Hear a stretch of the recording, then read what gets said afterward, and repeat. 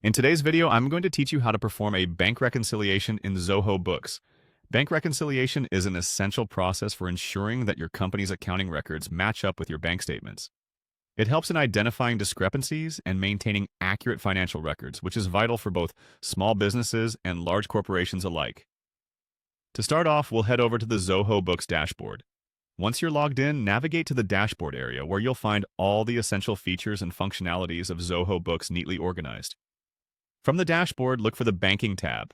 This is where the magic happens, from syncing your bank feeds to managing various accounts. Next, within the Banking section, locate and click on Petty Cash. Accessing this particular account allows us to dive into transactions that require our attention during the reconciliation process. Once you're in the Petty Cash view, move your cursor to the settings. The small gear icon often represents this. Changes in settings usually provide the necessary options to fine-tune and manage your transactions. Now that we are in the settings area, look for the Reconcile account option. Click on it, and this will guide you towards the reconciliation process. Once there, you'll see the Reconcile Now option. Selecting Reconcile Now will take you to the screen where you'll begin the actual reconciliation. At this point, it's time to define the reconciliation period by selecting a start date.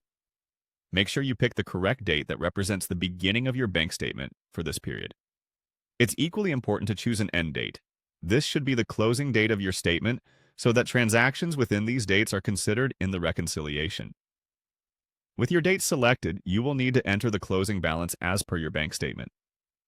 Ensure that the closing balance you type in is precise, as this will be the amount tied with the transactions during this reconciliation process.